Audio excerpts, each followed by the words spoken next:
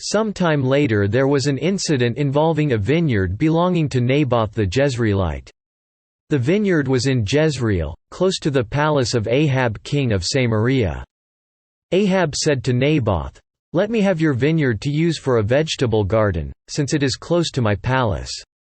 In exchange I will give you a better vineyard or, if you prefer, I will pay you whatever it is worth." But Naboth replied, "The Lord forbid that I should give you the inheritance of my fathers." So Ahab went home, sullen and angry because Naboth the Jezreelite had said, "I will not give you the inheritance of my fathers." He lay on his bed sulking and refused to eat. His wife Jezebel came in and asked him, "Why are you so sullen? Why won't you eat?" He answered her, "Because I said to Naboth the Jezreelite, 'Sell me your vineyard or if you prefer, I will give you another vineyard in its place.' But he said, 'I will not give you my vineyard.'" Jezebel his wife said, "Is this how you act as king over Israel? Get up and eat. Cheer up. I'll get you the vineyard of Naboth the Jezreelite." So she wrote letters in Ahab's name, placed his seal on them, and sent them to the elders and nobles who lived in Naboth's city with him. In those letters she wrote, "Proclaim a day of fasting and seat Naboth in a prominent place among the people. But seat 2 scoundrels opposite him and have them testify that he has cursed both God and the king. Then take him out and stone him to death." So the elders and nobles who lived in Naboth's city did as Jezebel directed in the letters she had written to them. They proclaimed a fast and seated Naboth in a prominent place among the people. Then 2 scoundrels came and sat opposite him and brought charges against Naboth before the people, saying, "Naboth has cursed both God and the king." So they took him outside the city and stoned him to death. Then they sent word to Jezebel, "Naboth has been stoned and is dead." As soon as Jezebel heard that Naboth had been stoned to death, she said to Ahab, "Get up and take possession of the vineyard of Naboth the Jezreelite that he refused to sell you. He is no longer alive, but dead."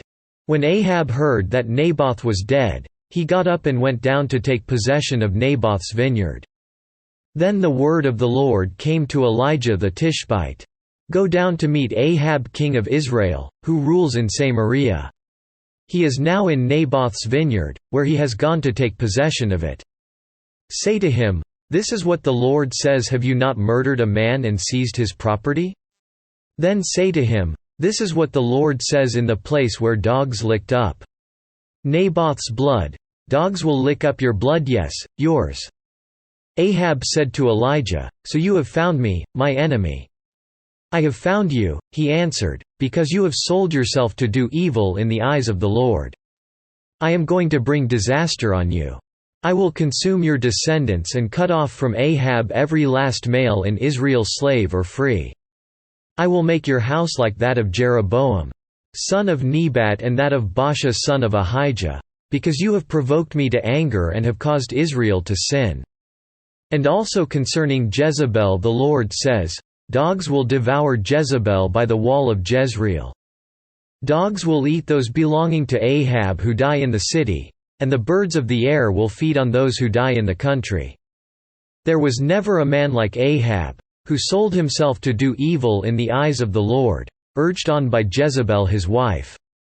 He behaved in the vilest manner by going after idols, like the Amorites the Lord drove out before Israel. When Ahab heard these words, he tore his clothes, put on sackcloth and fasted. He lay in sackcloth and went around meekly.